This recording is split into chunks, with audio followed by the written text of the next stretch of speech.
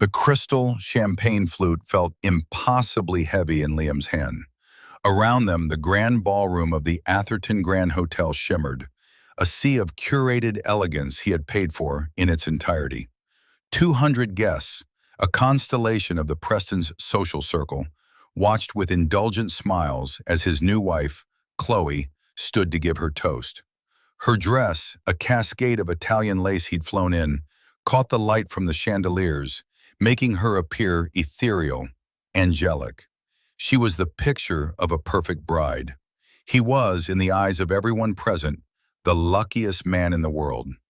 Chloe raised her glass, her gaze sweeping over the crowd before landing, not on him, but on a man standing near the back of the room.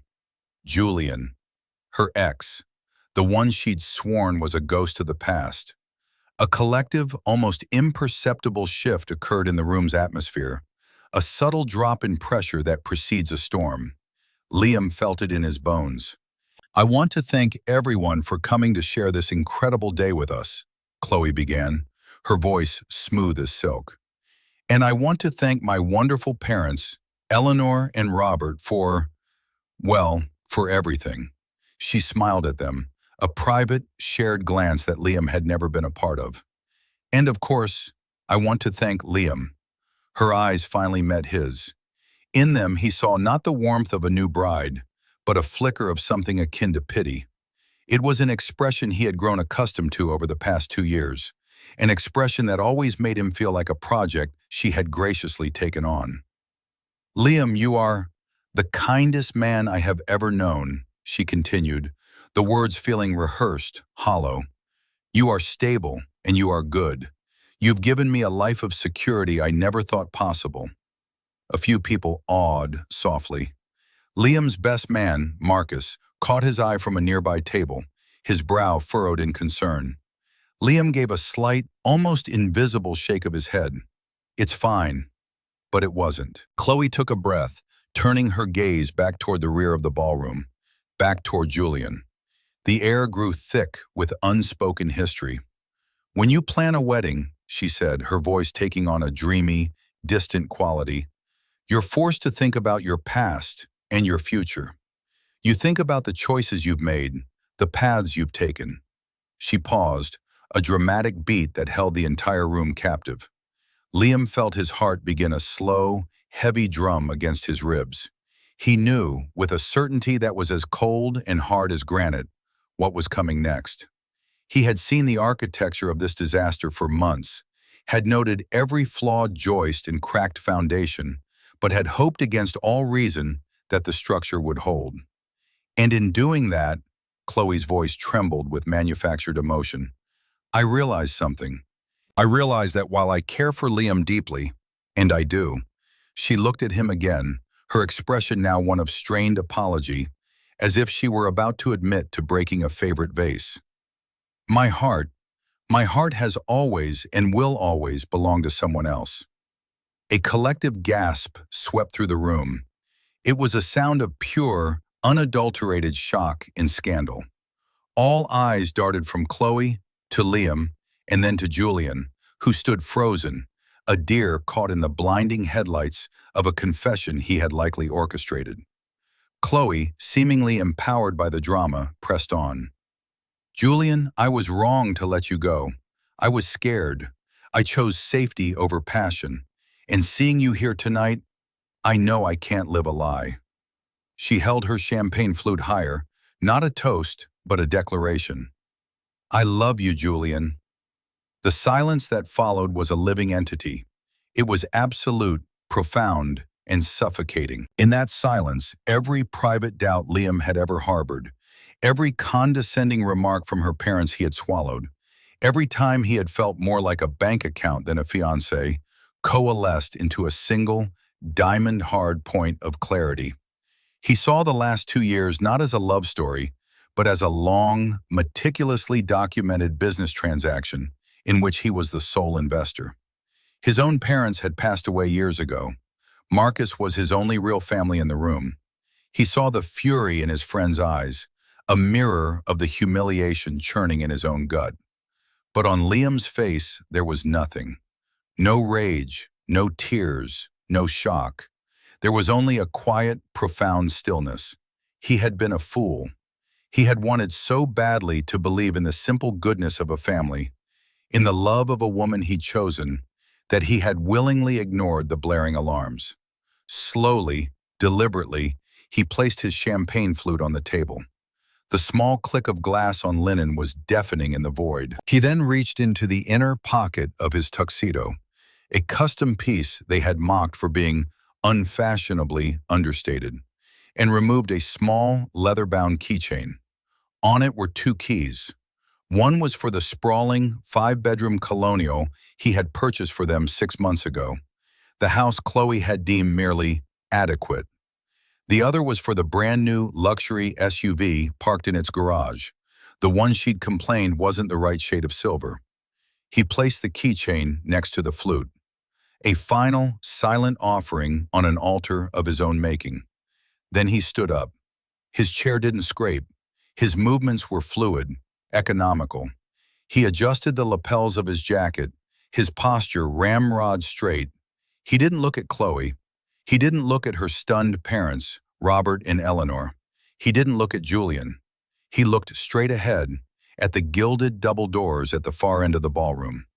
His gaze swept once over the 200 guests, their faces a blur of pity, horror, and morbid fascination. They thought they were watching a quiet, unassuming man have his heart publicly shattered. They thought this was a tragedy. They didn't know they were merely witnessing the prologue. They didn't know that the kind, stable, and good man they were all pitying had just made a decision that would not only end a marriage that had lasted less than an hour, but would also systematically dismantle an entire family's world within a month. Without a single word, Liam turned and began to walk. Each step was measured, even. The sound of his dress shoes on the polished marble floor echoed in the crushing silence. It was the sound of a contract being voided, the sound of a future being erased, the sound of a quiet man finally, irrevocably, walking away. He didn't run. He didn't storm out. He simply exited. And as the doors swung shut behind him, leaving 200 people and a life he thought he wanted, he felt not grief, but the clean, cold, and liberating relief of a catastrophic burden being lifted. The performance was over. Now, the consequences could begin. Hey everyone, thanks for joining me for this story. Can you even imagine that happening? Let me know in the comments what you would have done in Liam's shoes. Also, I love seeing where you're all watching from, so drop your city or country below. If you're enjoying this so far, do me a favor and hit that like button and subscribe so you don't miss what happens next. Because trust me, this is just the beginning. Now, back to the story. The relationship hadn't begun with a thunderclap. It had started with the quiet hum of perceived compatibility. Liam met Chloe Preston at a charity gala his firm had sponsored. He was there under a sense of obligation, a man more comfortable with blueprints and structural load calculations than with small talk and air kisses. He was, by his own admission, socially awkward, preferring the clear, logical world of architecture to the messy, unpredictable world of human relationships. He was dressed in a simple, well-tailored suit that spoke of quiet expense, but not of overt wealth. To the untrained eye, he was just another face in the crowd of aspiring professionals. Chloe had drifted into his orbit like a galleon under full sail. She was radiant, confident, and possessed a social grace that he found both intimidating and captivating. Her father, Robert Preston, ran a small, moderately successful but perpetually struggling consulting firm that catered to old money families looking to maintain their portfolios. Her mother, Eleanor, was a pillar of the local social scene, a woman whose primary occupation was being Mrs. Preston. They were a family defined by appearances, their entire existence a carefully curated performance of affluence they could no longer truly afford. Liam, with his steady job as a senior architect at a respectable, if not glamorous, firm, or so they thought, seemed like a perfect match for Chloe. He was handsome in a quiet way, intelligent, And most importantly, he appeared malleable. He was a good, solid foundation upon which Chloe could build the life she felt she deserved. Their courtship was a study in subtle condescension. On their third date, she'd looked at his perfectly respectable sedan and remarked, "Oh, it's very practical." When he took her to his favorite restaurant, a cozy Italian place with checkered tablecloths and the best carbonara in the city, she had picked at her salad and talked wistfully about a Michelin-starred establishment Julian had once taken her to. Julian, the ghost at the banquet from the very beginning. He was a stockbroker, she'd explained, a man of ambition and drive, which Liam later translated to mean flashy and reckless. Their breakup, she'd assured him, was because he just wasn't ready for the kind of commitment she needed. Liam, who had spent most of his 30s building his secret empire, had been lonely. He saw Chloe's critiques not as red flags but as quirks. He mistook her obsession with status for ambition, her dismissiveness for a high standard. He wanted a partner, a family, a life beyond the silent drafting tables and late-night conference calls with international clients. He projected onto Chloe and her family all the warmth and connection he craved. He wanted them to be the loving, boisterous family he'd lost, and he was willing to pay the price of admission. The Prestons, for their part, vetted him with the dispassionate air of appraisers examining a piece of furniture. Robert would engage him in conversations about the market, patting him on the shoulder while simultaneously talking down to him. "Good to see a young man with a solid, dependable trade, Liam. Not everyone can be a titan of industry, after all. We need worker bees, too." The insult was delivered with a smile so paternal that to take offense would have seemed churlish. Eleanor was more direct in her own way. She would quiz him about his background, her questions like delicate probes searching for weakness. "Your parents were teachers, you said? How lovely. Such a noble, if humble, profession." The implication was clear. He was from a different world, a lower one. Liam took it all with his characteristic patience. He would smile, answer their questions politely, and continue to be the kind, generous man they expected him to be. He paid for lavish dinners. He took Chloe on weekend trips she would photograph obsessively for her social media, always careful to frame the shots to suggest a lifestyle grander than the one Liam ostensibly provided. He never corrected her. He never flashed his real wealth. This was a test, he told himself. He wanted to be loved for who he was, not for the 9-figure net worth hidden behind a network of LLCs and holding companies. His firm, Athelred Designs, was a name known only to a rarefied circle of global developers. To the world and to the Prestons, he was just Liam Sullivan, an employee at a mid-sized company. It was the most elaborate and most foolish piece of architecture he had ever designed, a false identity to test the foundations of love.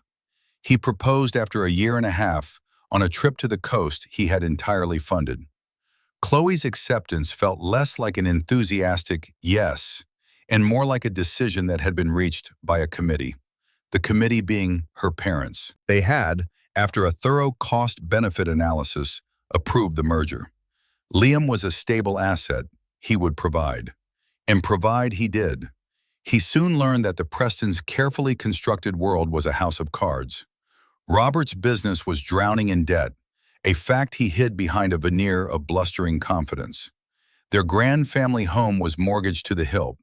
They were, in a word, broke.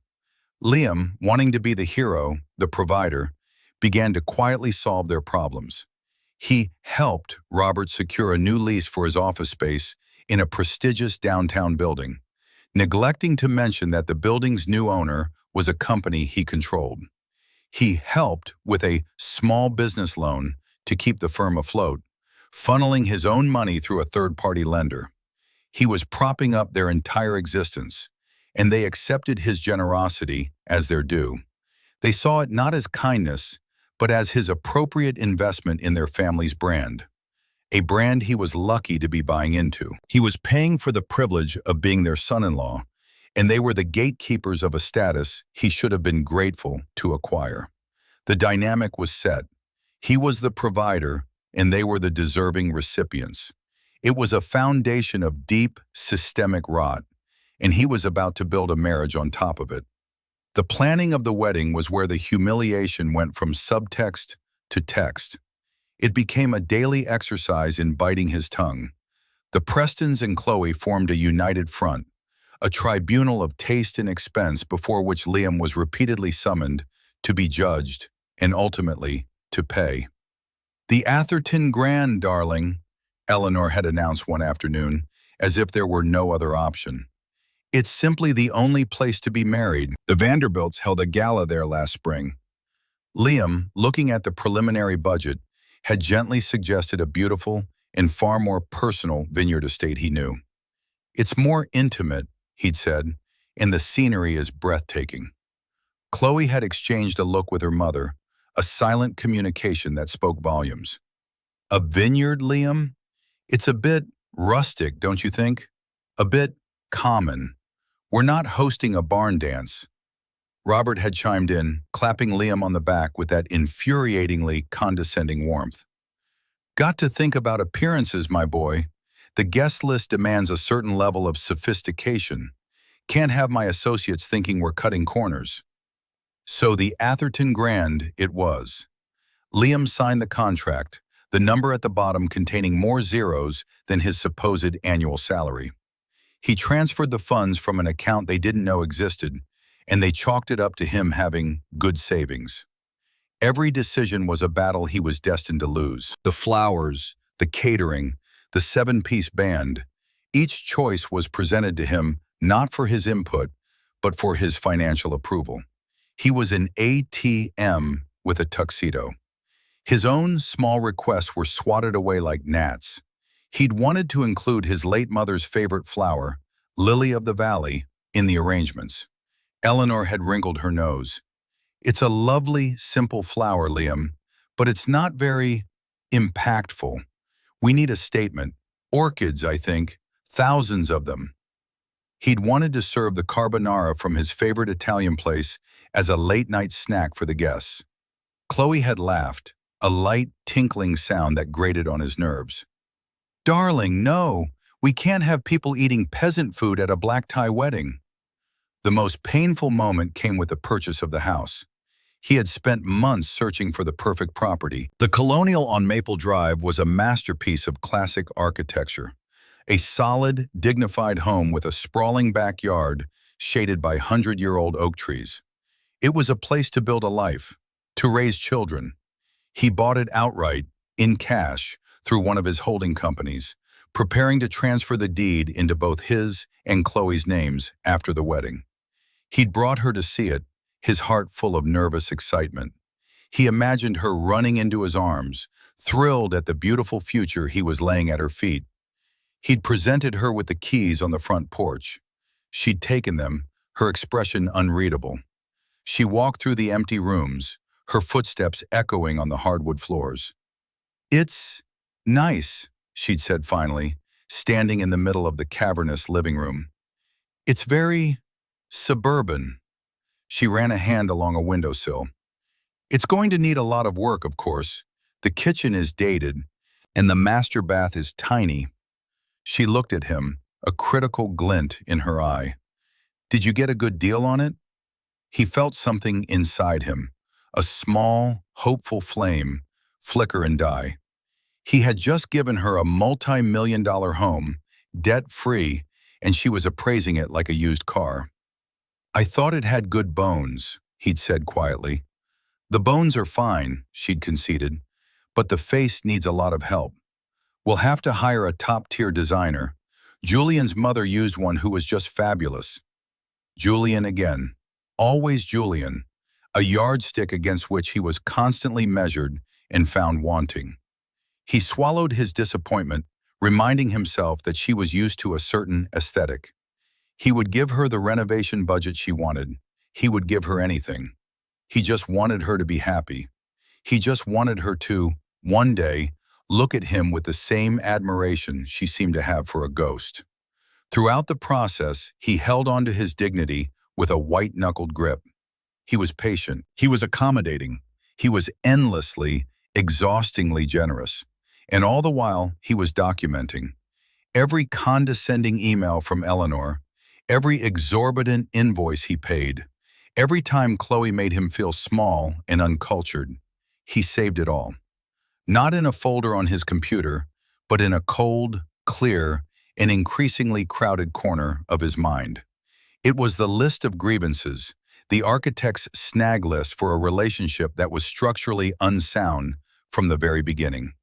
He was the only one who saw the stress fractures, the hairline cracks that were spreading through the foundation, and he knew, on some deep, intuitive level, that a collapse was inevitable. He just never imagined it would be so public, so spectacular, and so perfectly, brutally final. The day of the wedding dawned gray and overcast, the sky the color of slate. Liam had stood at the window of his hotel suite, watching the rain begin to fall, and had felt a strange sense of calm. The anxiety of the past few months had evaporated, replaced by a quiet resignation. Today was the day the building would be completed. He would see if it stood or fell. The small slights began early. When he'd gone to Chloe's bridal suite to give her his gift, a simple, elegant pair of diamond and sapphire earrings that had belonged to his mother, he found it crowded with her mother, and a flock of bridesmaids. Eleanor had taken one look at the velvet box and said, "Oh, Liam, a family heirloom. How sentimental." The word hung in the air, a synonym for old-fashioned and not valuable enough. Chloe had given him a perfunctory kiss on the cheek and handed the box to her maid of honor without even trying them on. "Thank you, darling. Make sure these don't get mixed up with the Cartier bracelet Daddy gave me." Later, just before the ceremony, Robert Preston had pulled him aside. He'd put a heavy arm around Liam's shoulders, his breath smelling of expensive whiskey. "Well, son, you're one of us now," he'd said, his voice thick with false bonhomie. "I have to admit, I had my doubts at first. You're a different sort, quiet, but you've shown you know how to step up. You know how to take care of my girl." He squeezed Liam's shoulder. "Just remember your place in the food chain. Keep Chloe happy, keep your head down, and we'll all get along just fine." It wasn't a welcome, it was a warning. A final reminder of the terms of the deal. You provide the money, we provide the status. Don't get confused about your role. Liam had simply nodded, his face a mask of polite neutrality. "I'll do my best, Robert." Now, hours later, standing outside the ballroom in the quiet, carpeted hallway, the echo of his own footsteps fading, he felt the full weight of that conversation. He had been so focused on doing his best to fit into their world that he had forgotten to ask if it was a world worth fitting into. Marcus found him there, leaning against the wall, staring at a bland landscape painting. His friend's face was a thundercloud of rage. "Liam, what the hell are you doing? You should go back in there and—" "And what, Marcus?" Liam's voice was unnervingly calm. "Make a scene? Tell her what a selfish, cruel person she is in front of her 200 closest friends? Why? She just did a better job of demonstrating it than I ever could. So you're just going to let her get away with it? After everything?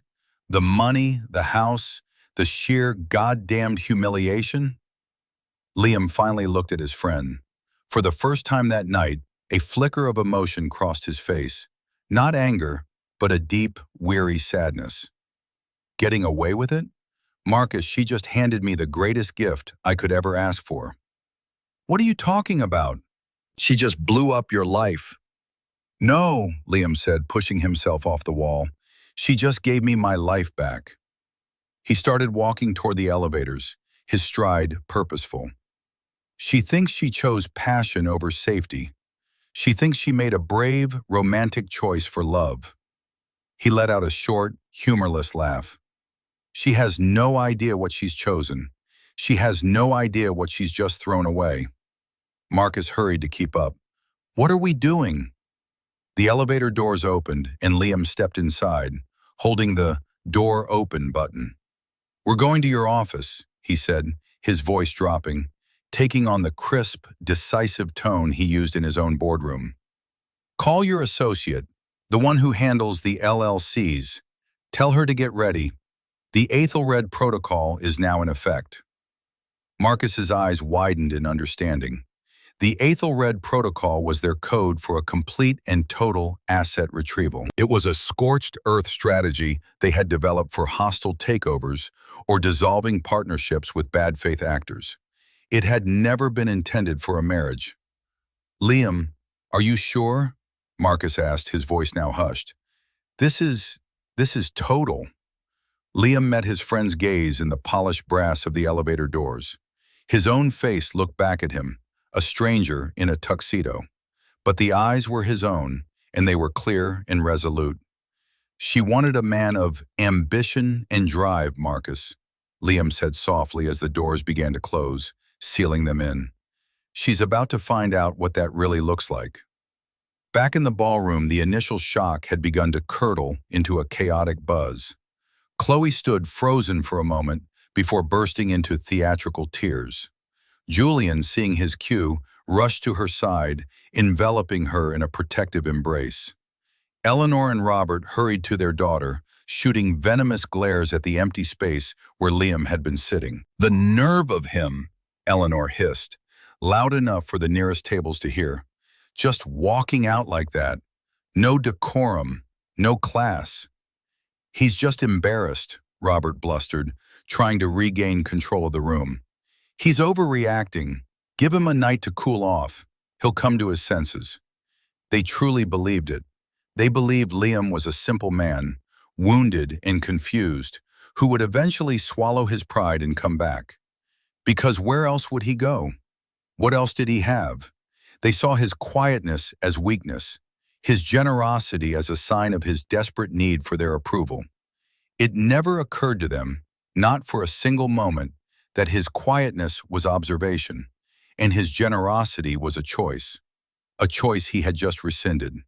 In their arrogance, they couldn't see the abyss that had just opened up at their feet. They were too busy admiring the view. The days that followed the disastrous wedding were, for the Prestons, a strange cocktail of defiance and irritation. They presented a united front to their social circle, spinning a narrative of Chloe's brave honesty and Liam's petty, immature reaction. "He was always a bit unstable, emotionally," Eleanor would say over the phone to her friends, her voice dripping with false concern. "We were so worried about Chloe being tied to someone so fragile." Chloe, meanwhile, was basking in the romantic drama she had created. She and Julian were a whirlwind of performative passion, seen at all the right restaurants, her left hand now conspicuously bare. She felt liberated, alive. She had chosen the dashing rogue over the boring provider. It was, she told herself, the plot of every great love story. Her only annoyance was Liam's silence. He wasn't answering her calls or texts. She'd left a dozen messages, their tones shifting from feigned sympathy, "Liam, I'm so sorry for how that happened, but we need to talk," to entitled frustration.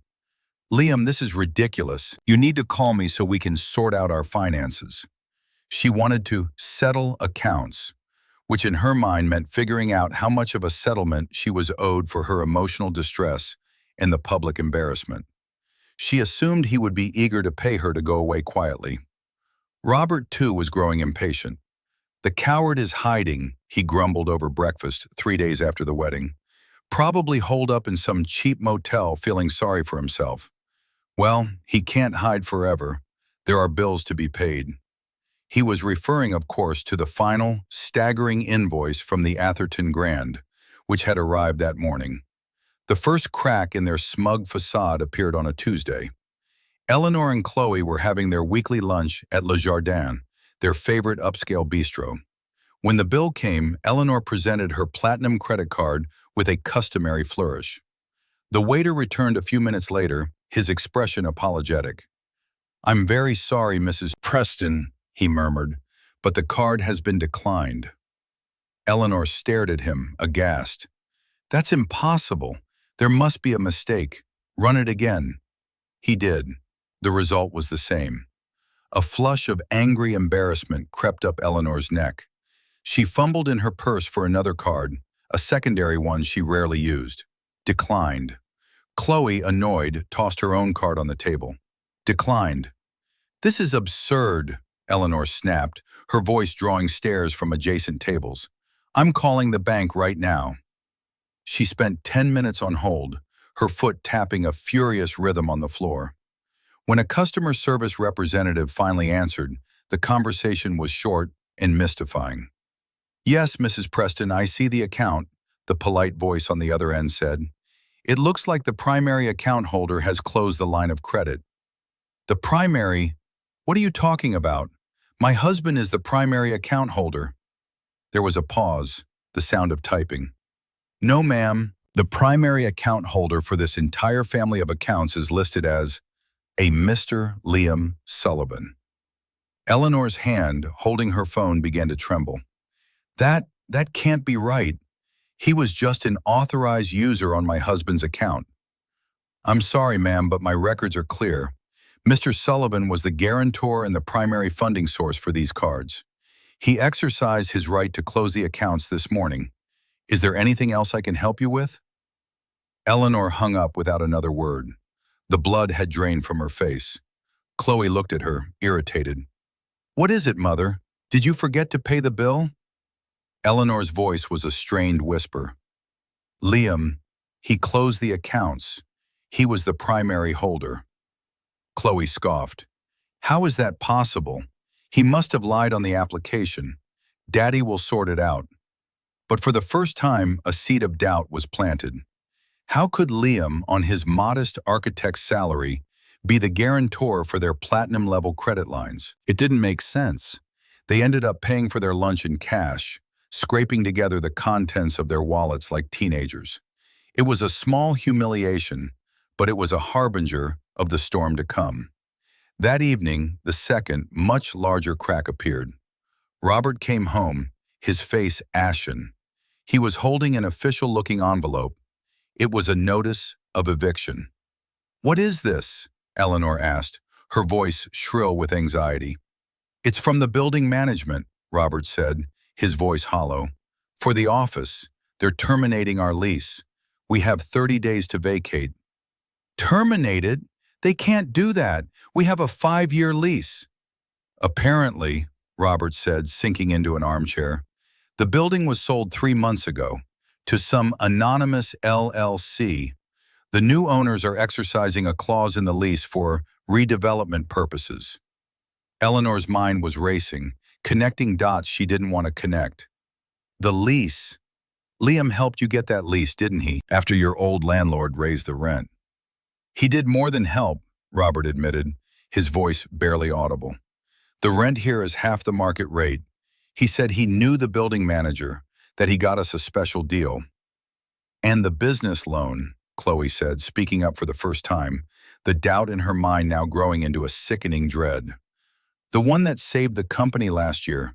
He set that up too, didn't he? Through some private lender he knew?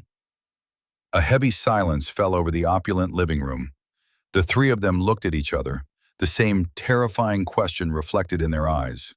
They had lived for years under the comfortable assumption that Liam was a simple man, a useful tool, a stepping stone.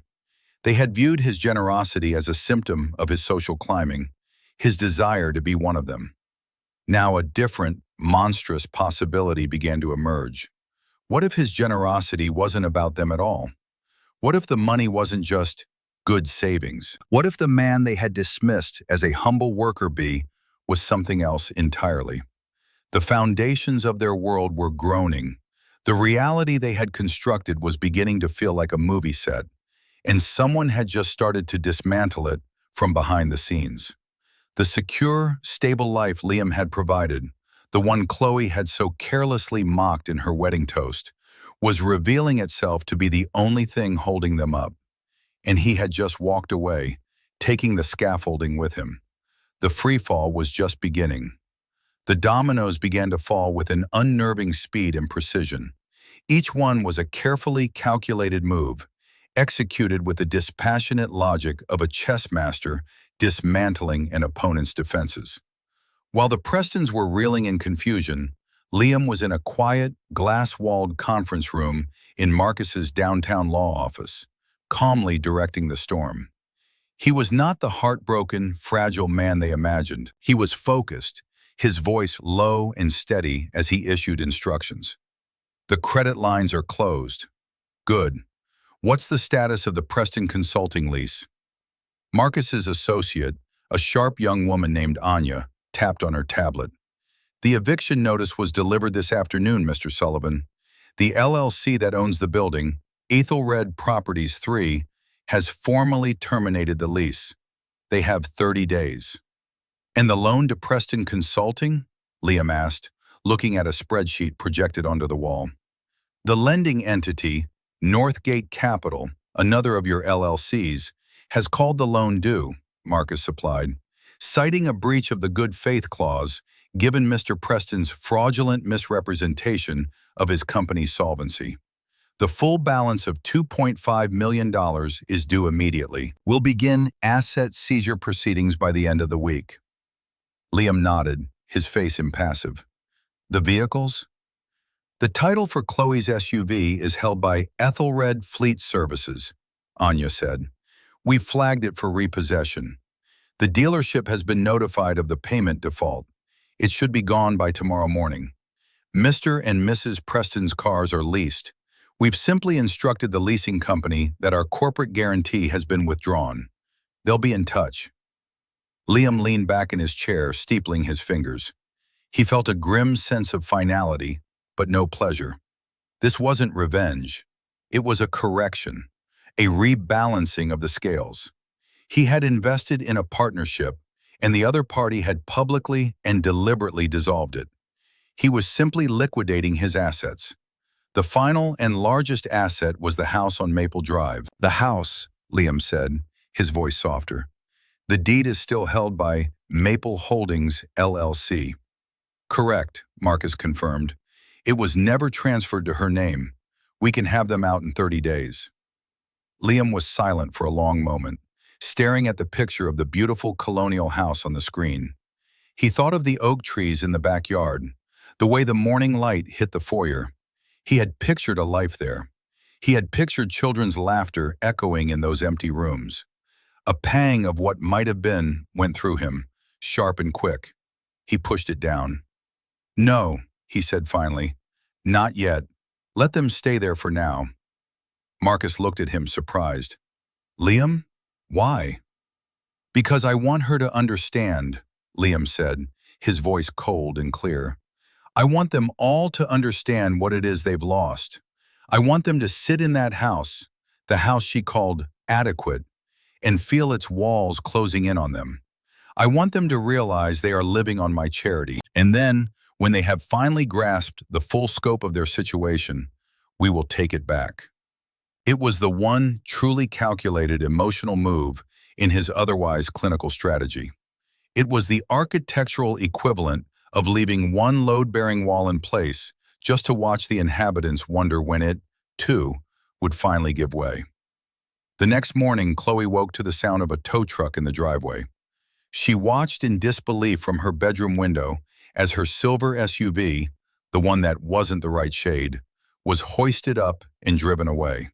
She ran downstairs in a panic. Her father was on the phone, his voice a mixture of rage and pleading. What do you mean the loan is due? In full? That's impossible. It's predatory. He slammed the phone down, his face pale and sweaty. They're calling the loan. They're going to bankrupt me. The calls kept coming. The country club, suspending their membership for non-payment. The high-end department store where Eleanor had a personal account. One by one, the pillars of their affluent life were being kicked out from under them. The world they knew was dissolving into a nightmare of declined transactions and final notices. In the midst of this chaos, Julian, the catalyst for it all, was proving to be less of a romantic hero and more of a liability. When Chloe tearfully explained their financial crisis, expecting him to step in and save the day, he grew distant. Babe, that's tough. he'd said, running a hand through his perfectly styled hair. But 2.5 million? That's a lot. My money is all tied up in investments right now. He didn't offer to help. He didn't offer a solution. He simply offered vague sympathies before making an excuse to leave. The passionate, daring rogue was, it turned out, only interested in a woman of means. A damsel in distress was far too much work. Desperate and terrified, Chloe knew she had only one option left. She had to find Liam. Not to apologize, not yet. Her pride was still too great for that. She had to confront him, to demand an explanation. She still couldn't wrap her head around the reality of the situation. In her mind, this was all a monstrous, vindictive trick. The quiet, kind architect she had known couldn't possibly be capable of such calculated destruction. There had to be a mistake. She spent a full day trying to find him. His apartment was empty. The mid-size architectural firm she thought he worked for had a message on their main line. We regret to inform you that Sullivan Architects has ceased operations. All client matters have been transferred. Sullivan Architects? She thought he was just an employee. Finally, through a stroke of luck, she got a lead. A former colleague of her father's mentioned a reclusive but brilliant architectural genius who had just won a major international design award. A man named Liam Sullivan, the founder and principal of a firm called Ethelred Designs. The address he gave her was for a sleek, minimalist tower of black steel and glass on the city's most prestigious commercial boulevard. A building Chloe had always admired, never knowing who was inside. Armed with this information, her heart pounding with a mixture of dread and fury, she drove her mother's now unreliable sedan downtown. She was going to get answers. She was about to walk willingly into the final act of her own tragedy. The lobby of the Ethelred Designs building was a cathedral of quiet power. 20-foot ceilings soared overhead. The walls were clad in panels of pale, veined marble, and the air smelled faintly of leather and success. A stylishly dressed receptionist looked up from a starkly modern desk as Chloe approached, her expression polite but impenetrable. "Can I help you?" "I'm here to see Liam Sullivan," Chloe said, trying to inject a confidence into her voice that she did not feel. "Do you have an appointment?" "No, but he's expecting me. It's personal." The receptionist's gaze flickered over Chloe's slightly crumpled dress, and the anxiety etched on her face. "I'm sorry, Mr. Sullivan's schedule is fully committed today. Perhaps I can take a message?" "No." Chloe's voice was sharper than she intended. "You don't understand. I'm his wife." The word felt absurd on her tongue. The receptionist's expression didn't change, but a flicker of understanding entered her eyes. She'd clearly been briefed. "One moment." She spoke softly into her headset. After a brief pause, she looked back at Chloe. "Mr. Sullivan can give you 5 minutes. His executive assistant will show you up. 35th floor." The elevator ride was a silent, terrifying ascent. The assistant, a man who looked like he'd stepped out of a fashion magazine, led her through a hushed, open-plan office where dozens of people worked with quiet intensity at sleek computer terminals. The space was breathtaking, a testament to the minimalist, powerful aesthetic Liam had always favored, an aesthetic she had always dismissed as boring. She was led not to an office, but to a vast corner conference room with floor-to-ceiling windows offering a panoramic view of the entire city. And there, at the head of a long, black granite table, was Liam. But it wasn't the Liam she knew.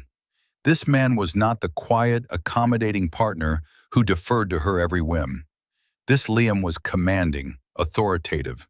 He was in the middle of a presentation, gesturing towards a holographic model of a skyscraper that shimmered in the air above the table.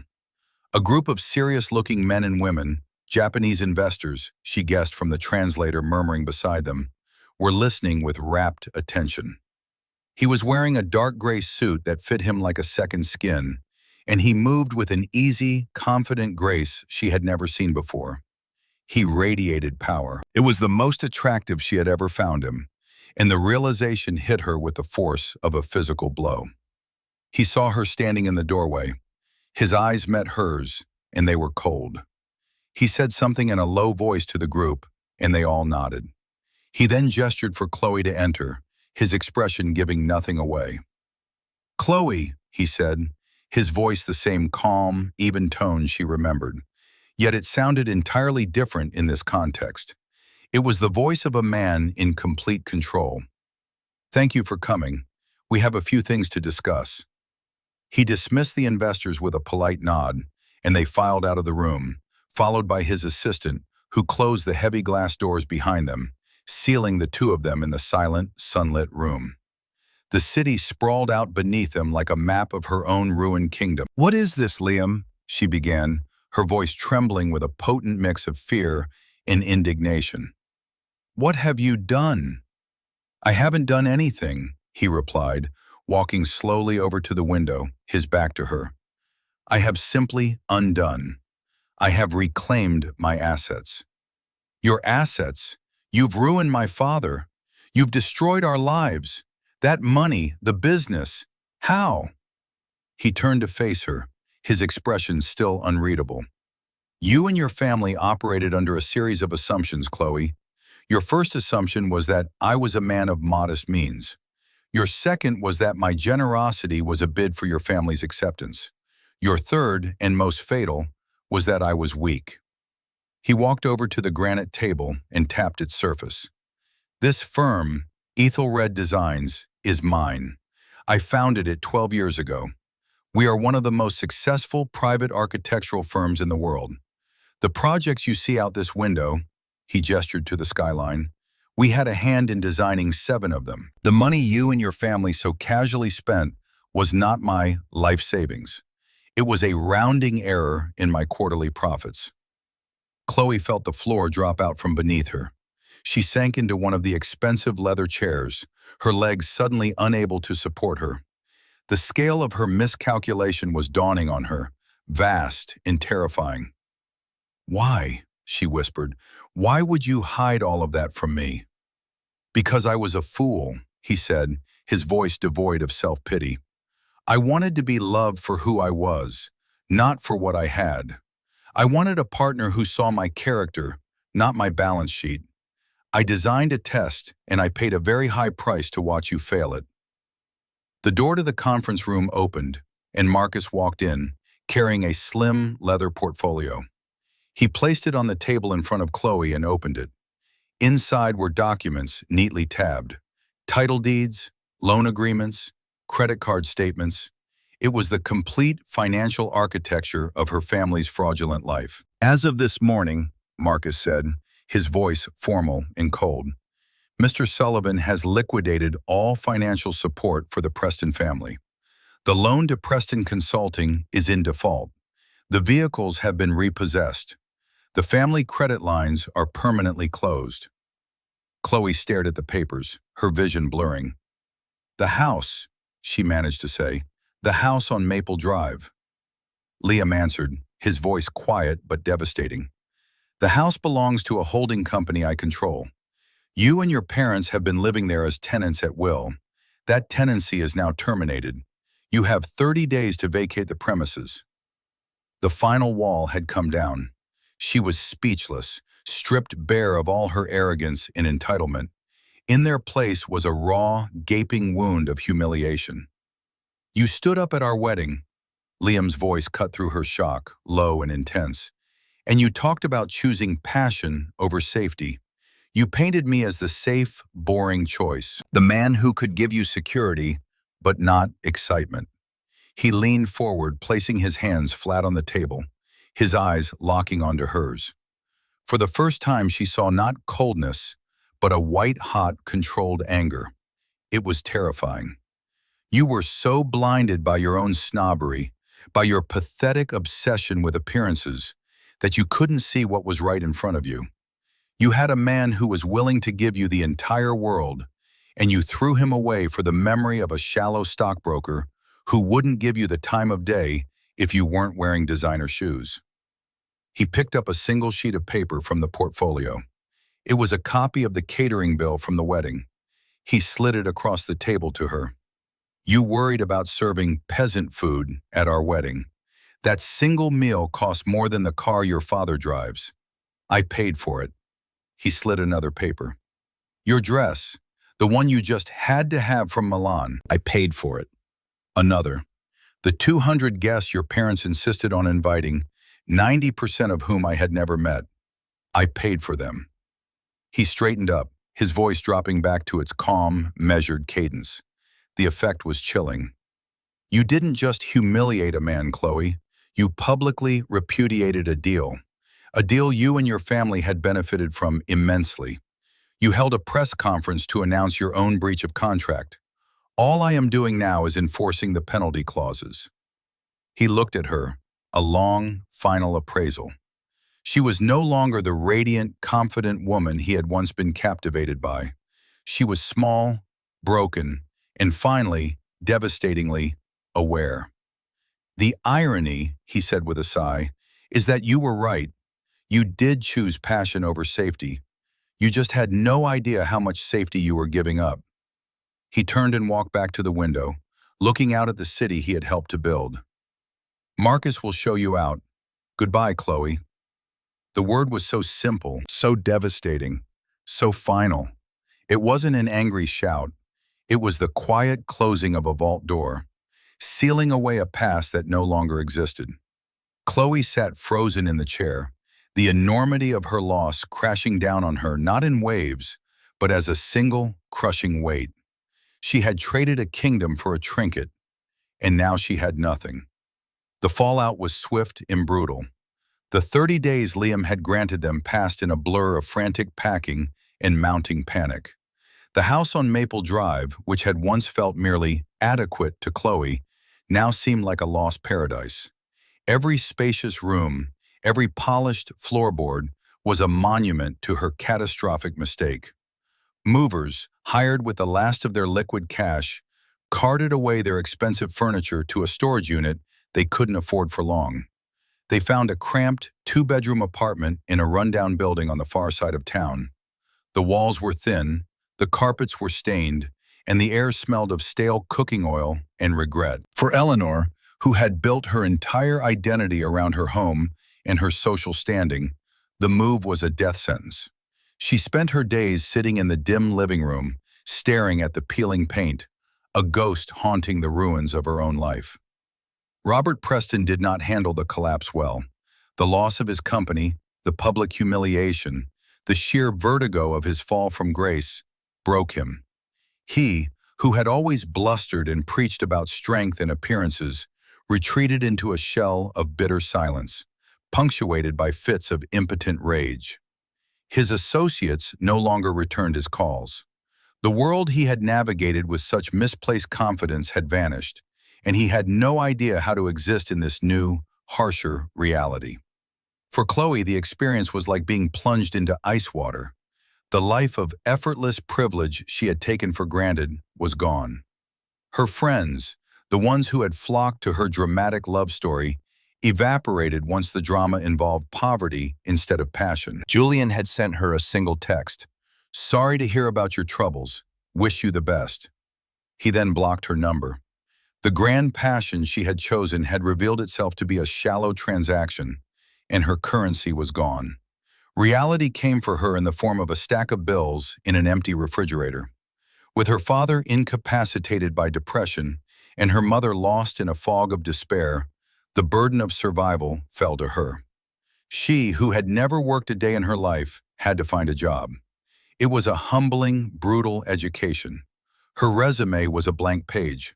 Her skills, honed at charity luncheons and designer sample sales, were useless in the real world. She was turned down for receptionist jobs, for retail positions, for data entry roles. Her expensive clothes and entitled attitude were liabilities. Finally, desperation led her to a coffee shop downtown. The manager, a no-nonsense woman in her 40s, looked her up and down, a skeptical glint in her eye. You ever worked a service job before, sweetheart? No, Chloe admitted, her voice small. Can you show up on time, follow instructions, and smile at people even when they're being jerks? I can learn. She was hired. The work was grueling. She was on her feet for 8 hours a day, cleaning espresso machines, wiping down sticky tables, and forcing a smile for customers who treated her as if she were invisible. Her hands, once soft and manicured, became chapped and raw. Her designer clothes were replaced by a stained apron and non-slip shoes. Every day was a fresh humiliation. One afternoon, a group of women she had once considered friends came in.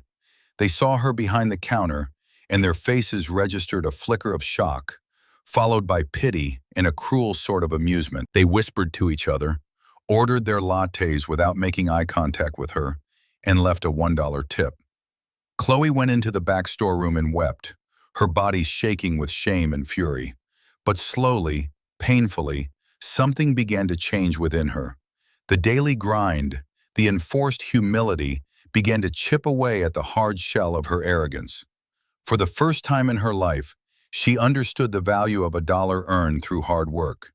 She began to see the world not as a stage for her own performance, but as a complex ecosystem of people struggling, surviving, and trying their best. She saw kindness in small gestures, a regular customer who always asked how she was doing, a coworker who covered for her when she was struggling to keep up. She began to see her past with a horrifying clarity. She saw Liam not as the boring, stable provider, but as a man of profound patience and quiet strength. She remembered all the small kindnesses she had dismissed, all the generous gestures she had taken for granted. She remembered the look in his eyes in that conference room, not of hatred, but of deep, profound disappointment. He hadn't just been a walking bank account. He had been a good man, a decent man, who had offered her a genuine partnership, and she had spat on it. She had mocked his goodness because she was too shallow to recognize it as the ultimate form of strength. Her reflection in the coffee shop window was of a stranger. The entitled princess was gone, replaced by a tired-looking woman with weary eyes. But there was a new steel in those eyes, a resilience she had earned. The moral mirror that Liam had forced her to look into was finally showing her a truth she could no longer deny. She was the architect of her own ruin. A full year passed, the seasons turned, and the sharp edges of the Preston's new reality settled into a dull, chronic ache. Robert had found a menial job as a clerk in a shipping warehouse, the work physically demanding and mentally numbing. Eleanor had sold the last of her jewelry to pay the rent. The grand life they had known was now just a story they no longer told. One crisp autumn afternoon, Chloe was on her break, sitting on a park bench across from the coffee shop. She was sketching in a small notebook, a hobby she had picked up to pass the time. She wasn't particularly good, but it was quiet and it was hers. She looked up and saw him. Liam was walking on the other side of the street. He was with Marcus, and they were both laughing about something. He looked happy. He was dressed casually in jeans and a dark sweater, but he carried himself with the same quiet confidence she had seen in his office. He looked relaxed, unburdened. He looked like a man who had closed a painful chapter and was now writing a much better one. Their eyes met for a fleeting second across the busy street. There was no anger in his gaze, no triumph. There was just a flicker of recognition, a brief, neutral acknowledgement before he turned back to his friend and continued walking, disappearing into the crowd. He hadn't even broken his stride. To him, she was just a face in the crowd, a memory, a closed account. The finality of it hit her not with pain, but with a sense of peace. He had moved on. He was free. And in a strange way, so was she. She was no longer defined by the man she was with or the price tag on her clothes. She was defined by her ability to get up every morning and face the day. That night, she went home and wrote a letter. It was the hardest thing she had ever done. She filled pages and pages with apologies, with explanations, with pleas for forgiveness. She wrote about her shame, her regret, her newfound understanding. And then she threw it all away. It was self-indulgent. It was about her, not him. It was asking for something she had no right to ask for. She took out a single, clean sheet of paper. With a steady hand, she wrote 2 sentences. "I am sorry. I hope you are happy." She put it in a plain white envelope, addressed it to Ethelred Designs, and put it in the mail without a return address. It was not a plea for reconciliation. It was not an opening for a conversation. It was a release. An acknowledgement of her fault, offered with no expectation of anything in return. It was the only honest thing she had ever given him. A week later, Liam was on the site of his newest project, a sprawling, light-filled public library being built in a low-income neighborhood. It was a pro bono project, his firm's gift to the city. He stood on the unfinished second floor, looking out through the skeletal framework at the community it would soon serve. He felt a deep, quiet satisfaction that had nothing to do with money or acclaim. His assistant handed him the afternoon mail. Among the blueprints and contracts was a single, plain white envelope. He opened it and read the 2 simple sentences. He knew instantly who it was from. He stood there for a long moment, the note in his hand, the cool breeze rustling the plans on the table beside him. He felt no anger, no bitterness. He felt only a faint, distant echo of a past he had survived. He had wanted to build a home with Chloe, a structure of love and family.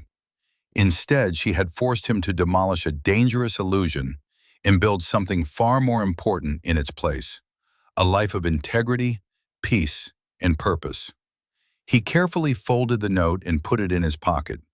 It was a final piece of a blueprint for a life he was glad he never built. A reminder that sometimes the most catastrophic collapses are what clear the way for the strongest foundations. He turned his attention back to the library, to the future, to the good work that still needed to be done.